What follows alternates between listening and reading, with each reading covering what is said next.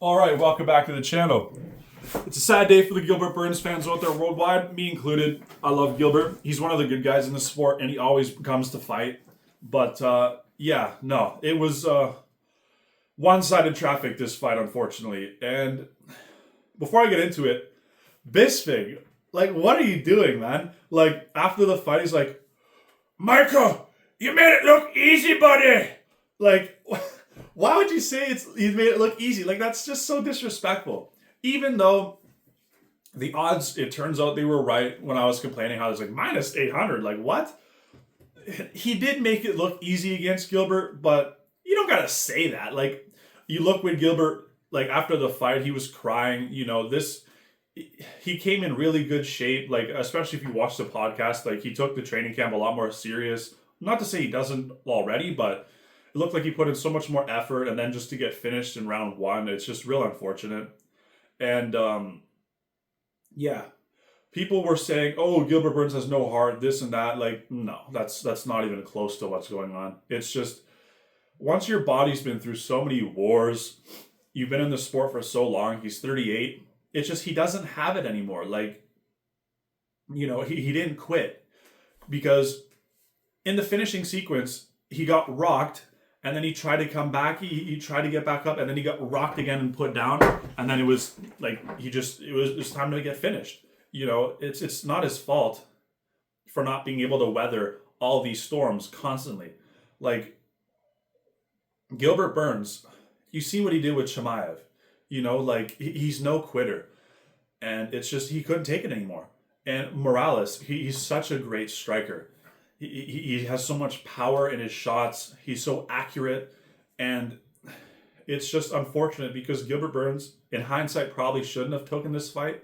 But if you look at his record, Gilbert Burns takes on upcoming killers when he doesn't have to. Like, for example, when he fought Chimaev, he didn't have to fight Chimaev. He decided to because he's like, this is who everyone's scared of. This and that. Let's go.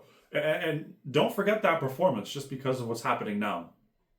And then, he beat Magny and Masvidal, which, they're a little older and not as great. But after that, Bilal Muhammad, former champ. Jack Della Maddalena, champion.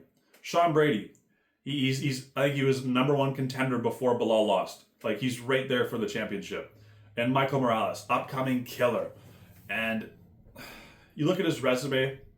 The problem is, like I said, he's getting older.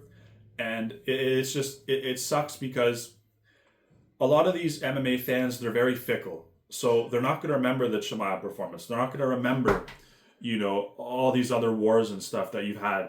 They're just going to see, 4 losses in a row, And Gilbert, I think his wife's having another kid. And he probably should have retired after Sean Brady won, but who knows if he really thought he had it in him to keep going for the championship, because that's what it said on the promotion. He's like, I want to run for the championship again. But in my head, I'm thinking he probably is doing this just to get an extra bit of money before he has the kid, which rightfully so. I mean, do your thing. But no, I think all signs are showing it's time to retire. And do I think he's going to be in the Hall of Fame? I think maybe the Chimaev fight might go in the Hall of Fame, but his career as a whole, I don't think he'll be a Hall of Famer, but he will be remembered and he will be loved, especially after the fight game, because he has a good podcast. I like watching it. And like I said, he's just a really good guy. And it's really unfortunate to see him lose like that, because in the beginning of the fight, he got stunned by Morales and he got not dropped, but he went for the takedown because he's like, no, I can't take this. And that was kind of the sign of the end right there. I thought it was going to go a little longer, like I said, but it is what it is. Then he got rocked again and dropped, and then the ref probably could have stopped it there. But, I'm sure Gilbert before the fight was like, hey man, I'm on a 3-fight losing streak. If it starts to go shitty for me, let me try to fight my way out of it. So kudos for the ref to not stop it right there. But then, yeah, he tried to get back up and swing again, but too little too late. He got dropped again and then covered up and got finished. And it's just the way it goes, man. You look at the welterweight division and the old guard is getting replaced. You look at Colby, got slapped around by Joaquin Buckley. Gilbert Burns getting beat by Sean Brady, Jack Del Maddalena, Michael Morales, and then Usman. He's going against Joaquin Buckley. I think Joaquin Buckley's going to win. Like the old guard of the 170 division is really just getting kicked to the curb, man. You know, it's the natural progression of the sport. The lightweight division they stopped the onslaught of the new guard because Poirier, he fought Benoit Saint Denis before we knew that he wasn't as great as he was, and then Justin Gaethje had to fight Rafael Fiziev. He did well, and then Charles Oliveira had to fight Arman Sarukian, and obviously Oliveira lost, but he still hung in there, and he didn't get like annihilated. You know what I mean? Like he put up a fight for sure.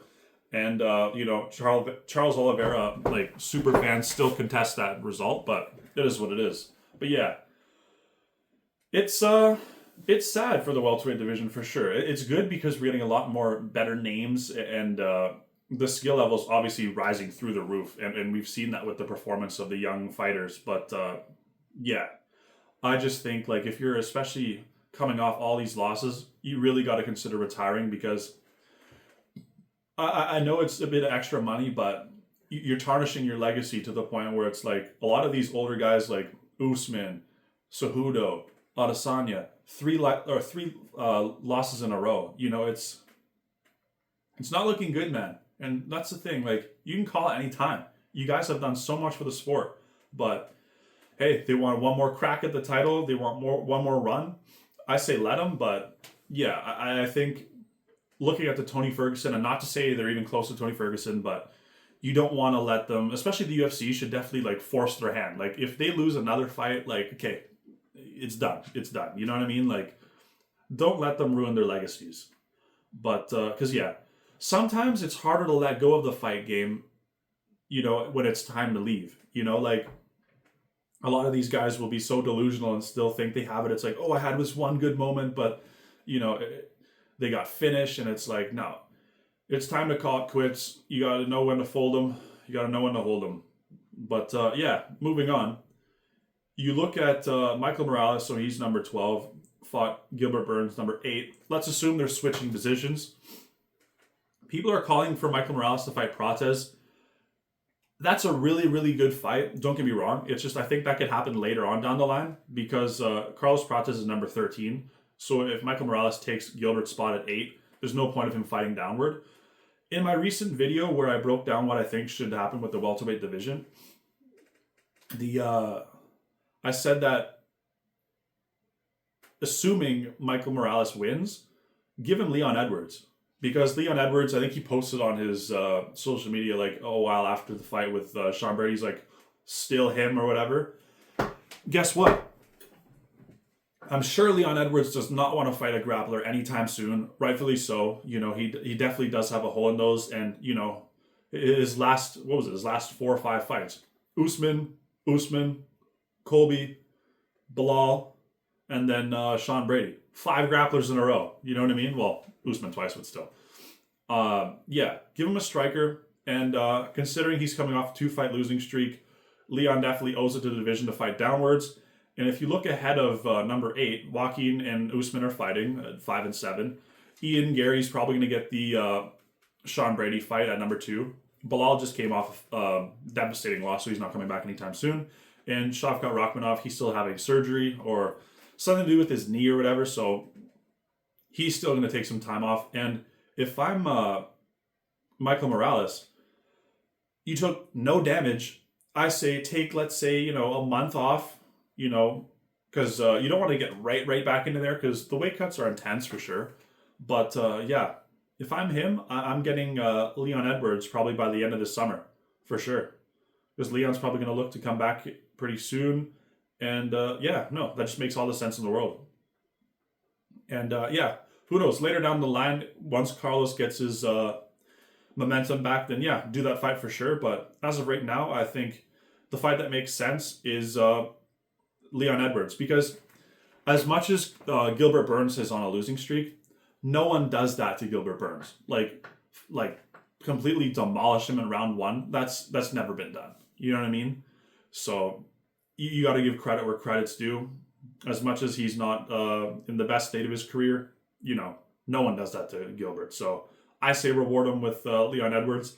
Let's see where he's at. Let's see truly where he's at, because I would say give him more of a wrestler, but considering the champion's more of a striker heavy style, Leon Edwards is the perfect test. We'll see how that goes, and then the top 5 of welterweight will have to figure itself out, and we'll see whose performance is a lot better. Let's see who shines under the pressure, and whoever deserves the next title shot, because Della Maddalena is fighting Makhachev, so it'll take some time to get that done, and then they'll probably want some rest after that fight. So, the top 5 of welterweight, they got some time. They got some time to figure themselves out, and I think a lot of these matchups are no-brainers, and I'm really looking forward to seeing what Michael Morales has in his future, because he looked amazing.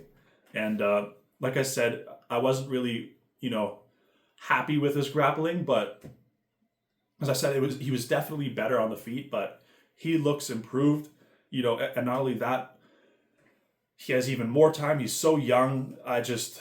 The sky's the limit for this guy, man. So let's just see how he goes, and mate, excited for the future. Like and subscribe, and see you on the next one. Bye.